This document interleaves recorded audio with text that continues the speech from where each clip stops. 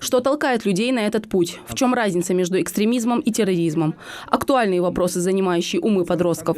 Об этом говорят на лекции, которую проводят члены Общественной палаты республики. В зале собрались школьники от 15 до 18 лет, у которых только формируется собственное мнение и взгляд на мир. Понять, что правильно, а что нет, помогают на подобных профилактических беседах. У школьников есть возможность более детально окунуться в тему губительного влияния экстремизма и терроризма, а также задать все интересующие вопросы гостям.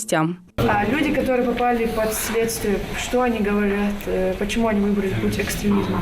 Мирное небо и безопасное будущее Ингушетии далось через тяжелые испытания и годы борьбы с терроризмом. Частые случаи терактов не только в школах, но и в других местах массового скопления людей, проявление экстремизма во всех его сферах стали поводом для общественников проводить такие встречи во всех школах, СУЗах и вузах Ингушетии. У нас в республике как-то мы поддались на это, наша молодежь.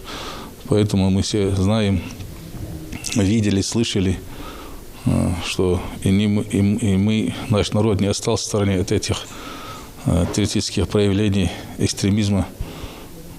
И хотелось бы, чтобы это никогда больше в нашей республике, среди нашего народа, да и нигде в мире не повторялось, и это все ушло в прошлое.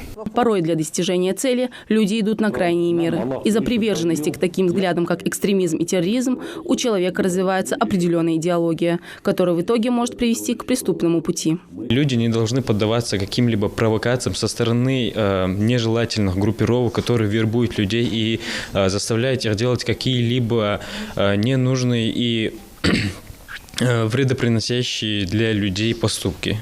Ислам – это религия мира, которая отвергает любые насильственные действия, приносящие вред человеку. Об этом на примере суры и аятов из Священного Корана рассказывает школьникам религиозный деятель Ахмед Тангиев. Одна из милостей Всевышнего Аллаха – это то, что Аллах нам дал время провести его в благих делах.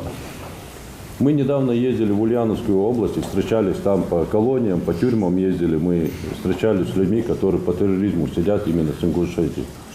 Им большие сроки дали. Кому-то 25 лет дали, кому-то 12-18 лет. Разные сроки дали. Они никого не убивали.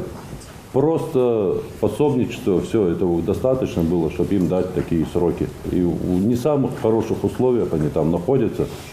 Какая бы шикарная тюрьма ни была, она все равно тюрьма. Лучше с свободой никакая тюрьма не сравнится. Свобода – это самое лучшее, что есть у человека.